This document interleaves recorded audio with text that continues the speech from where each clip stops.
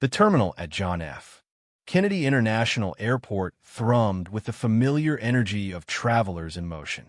A steady hum of rolling suitcases, muffled conversations, and announcements over the PA system wove together into a constant background symphony.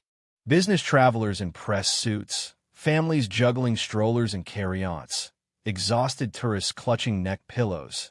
Everyone moved with a purpose. Amid the controlled chaos stood a woman who seemed unaffected by it all. Not because she was trying to stand out. Quite the opposite. She simply carried herself like someone who belonged. Dr. Simone Caldwell stood tall, her presence effortless yet commanding. She wasn't hurried. She didn't need to be. Her navy blue pantsuit was tailored with precision, sharp lines softened by the ease with which she wore it.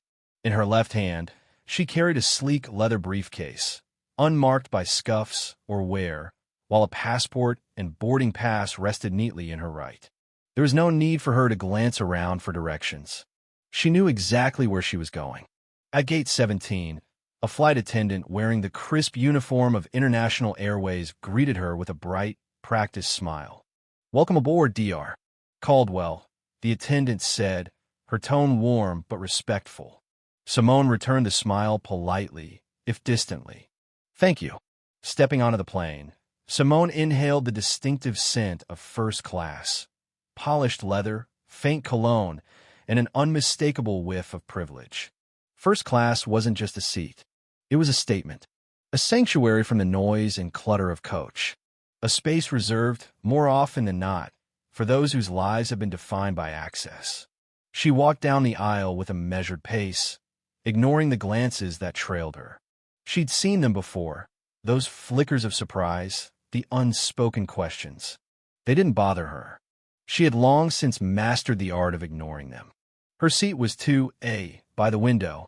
As she placed her briefcase under the seat in front of her and settled in, she felt it, the unmistakable weight of a stare. It wasn't casual curiosity. It was the deliberate kind, the gaze of someone who wanted to make their presence felt. Turning slightly, Simone met the eyes of a woman seated in 3B, across the aisle and one row back.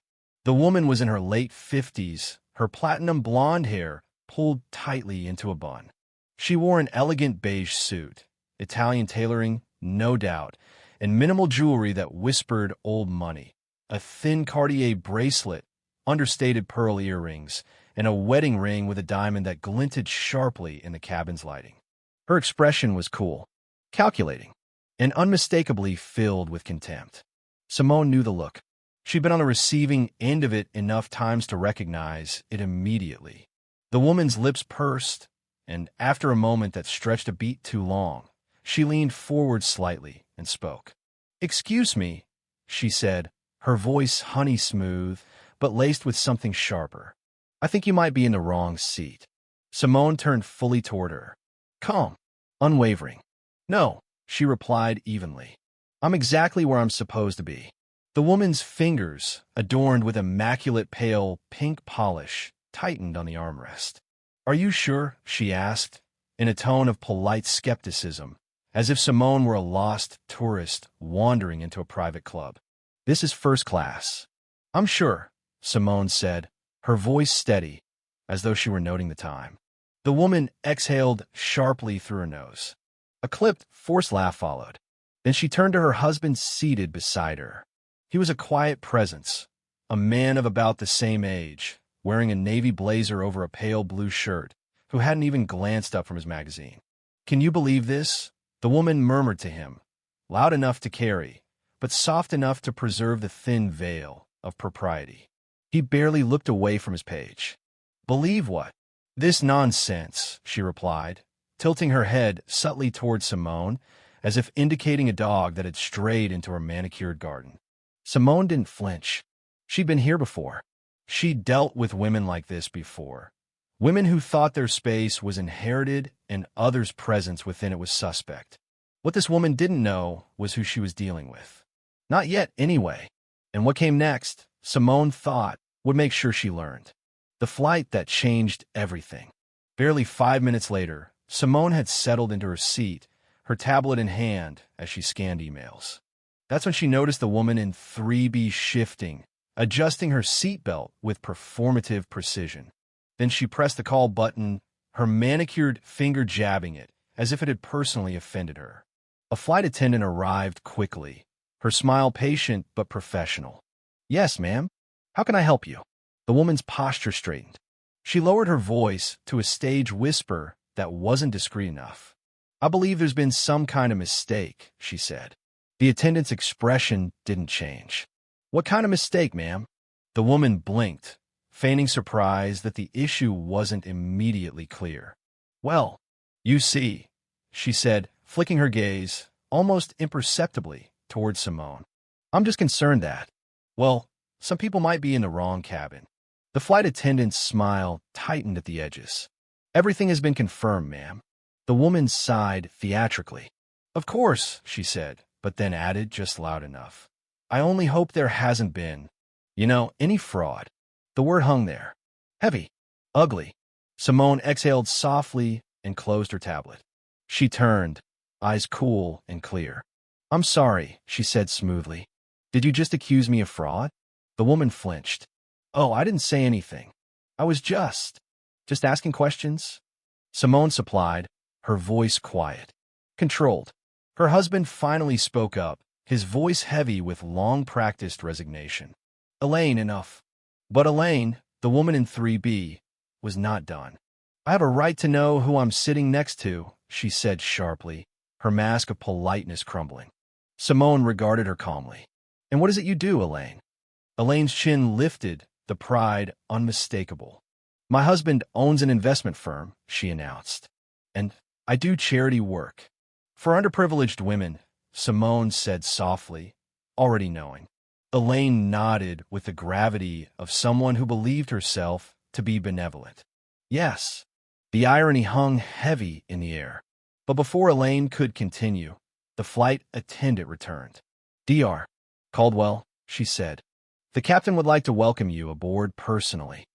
Elaine's brows drew together in confusion. "The captain?"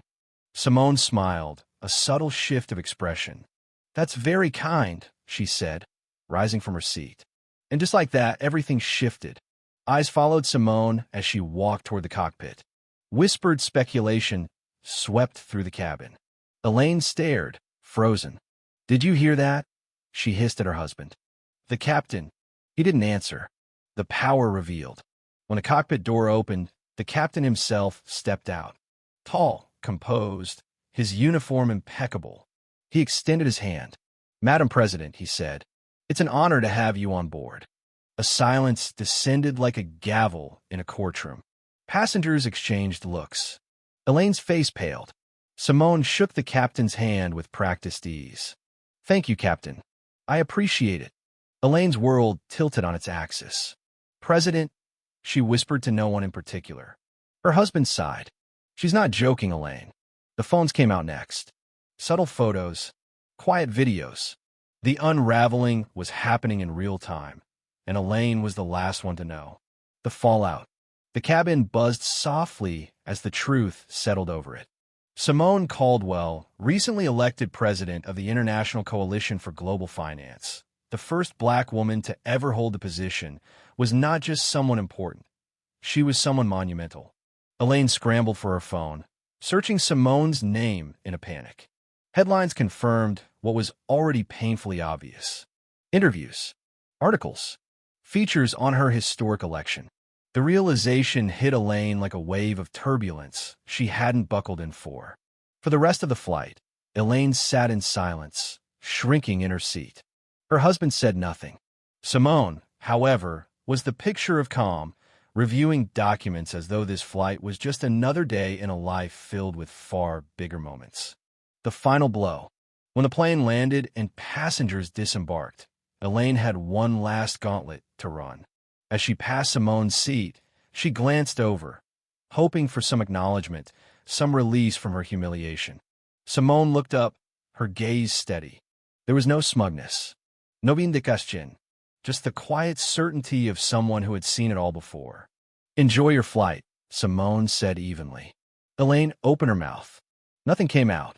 She hurried off the plane, the weight of her mistake pressing heavier with each step. And Simone Caldwell? She returned to her reading, unbothered, unshaken, because for her, this was just another day. For Elaine, though, it was the day everything changed.